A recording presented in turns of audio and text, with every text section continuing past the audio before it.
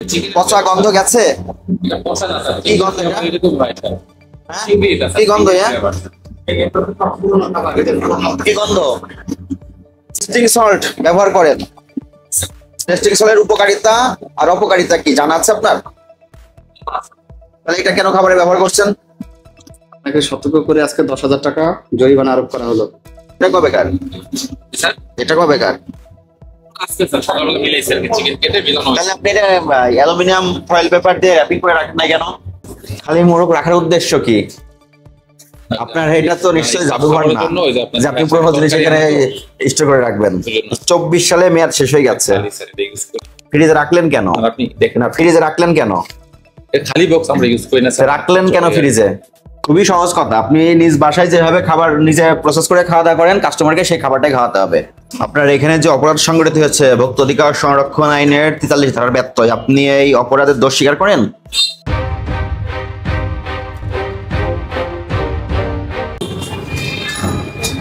ভোক্তা অধিকার অধিদপ্তর থেকে আসছি, রান্নাঘরটা দেখাবেন। কোন দিকে রান্নাঘর? হ্যাঁ চলেন।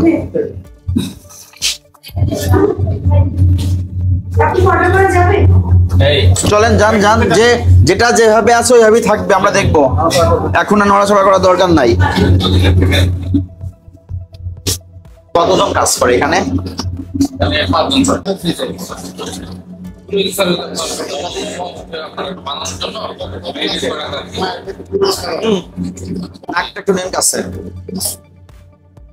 পচা গন্ধ গেছে। কি গন্ধ? কি গন্ধ?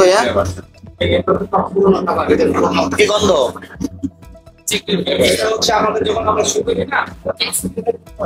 তাহলে আপনি এখানে যে রান্না করা সব খাবার, বাসি খাবার ফ্রিজে কেন সংরক্ষণ করলেন? বাসি খাবার না, কি খাবার? এগুলো সব আজকের। এখানে কেন সংরক্ষণ করেছেন? ওখানে কাঁচা খাবার আছে না? তাহলে কাঁচা খাবারের সঙ্গে রান্না খাবার কেন সংরক্ষণ করলেন? এটা কবেকার? এটা কবেকার? তাহলে আপনি এটা অ্যালুমিনিয়াম ফয়েল পেপার দিয়ে র্যাপিং করে রাখেন না কেন? এটা রাখার নিয়ম কিনা? জি জি। তা রাখলেন না কেন? ফ্রিজে খাবার সংরক্ষণ অবৈধ প্রক্রিয়ায় করলেন কিনা? বের করেন। সব কাঁচা মাংস মশলা দিয়ে ম্যারিনেট করে রাখা। ঠিক আছে, সব আজকে ম্যারিনেট করে রাখা।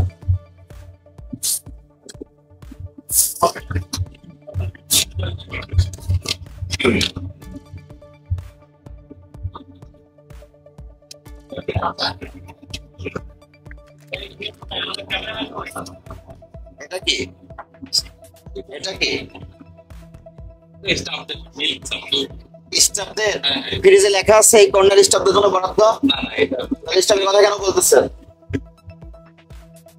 আপনি ফ্রিজে যেভাবে খাবার সংরক্ষণ করেছেন এগুলো তো সবই কাস্টমারদের জন্য সংরক্ষণ করেছেন।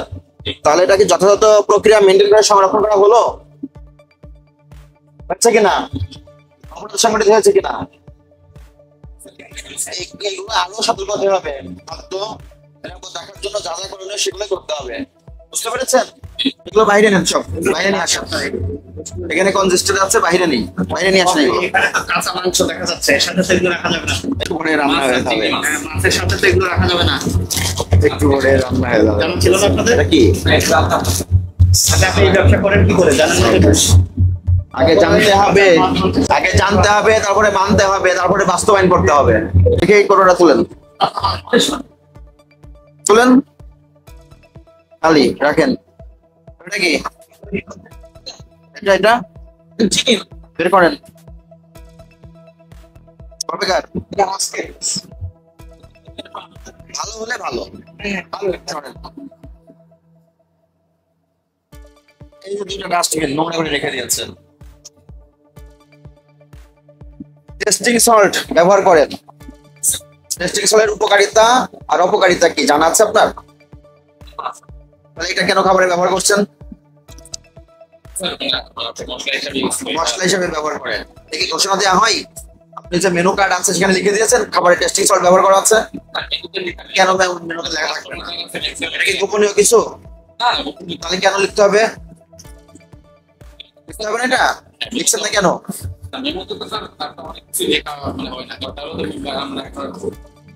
অনেক বড় হয়ে যাবে না।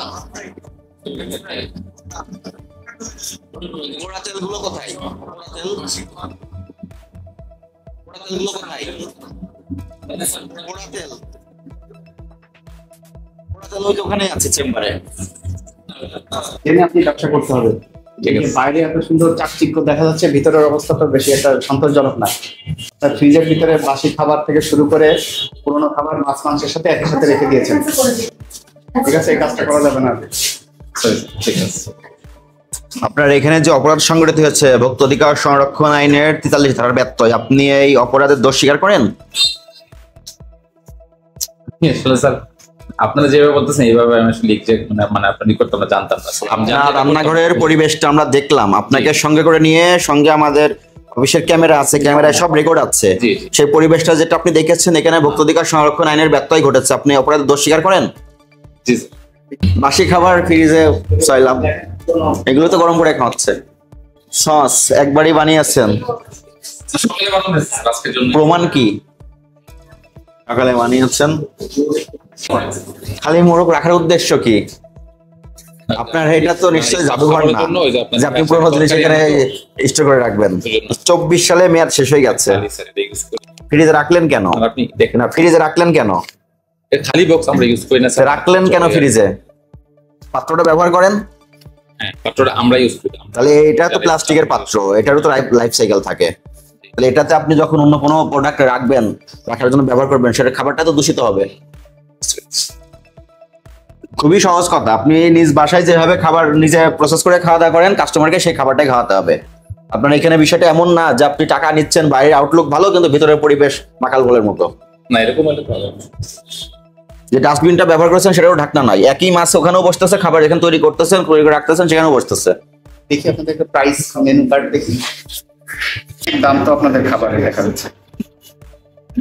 অন্যদের উদ্যোগতে স্যার এটা তো আপনারা জানেন। আমি প্রাইস নিয়ে কথা বলছি না, কিন্তু সেটা প্রাইসের সাথে মানটাও তো ঠিক রাখতে হবে। তা তো অবশ্যই স্যার, আমরা তো এই এলাকাতে ব্যবসা করছি, এমনি এমনি তো তার স্যার কাস্টমাররা আসে না। কাস্টমার তো আপনার ভিতরে গিয়ে দেখতে পাচ্ছেন। বলেই আসে। আজকে তো আমি দেখলাম, অবশ্যই প্রমাণিত হলো যে আপনার এখানে বাসি খাবার আছে। আপনি যখন কোন ধরনের খাবার দেবেন, একদিন দুই দিন কাস্টমার কাছে থেকে আসবে স্যার, তাই না? ওই কাজগুলো কেন করেছেন বলেন? কাঁচা খাবার, রান্না করা খাবার একসাথে, বাসি খাবার। কাঁচা খাবার রান্না করা খাবার স্যার একসাথে রাখা যায় না, এটা স্যার আমি আসলে ওইভাবে জানতাম না স্যার, জানলে এটা হইতো না স্যার। মানে রিক্সায় বসে খাওয়ার পরে না না স্যার, তাহলে এই কাজটি ভবিষ্যতে আর ইনশাআল্লাহ করা যাবে না। আপনাকে সতর্ক করে আজকে 10,000 টাকা জরিমানা আরোপ করা হলো।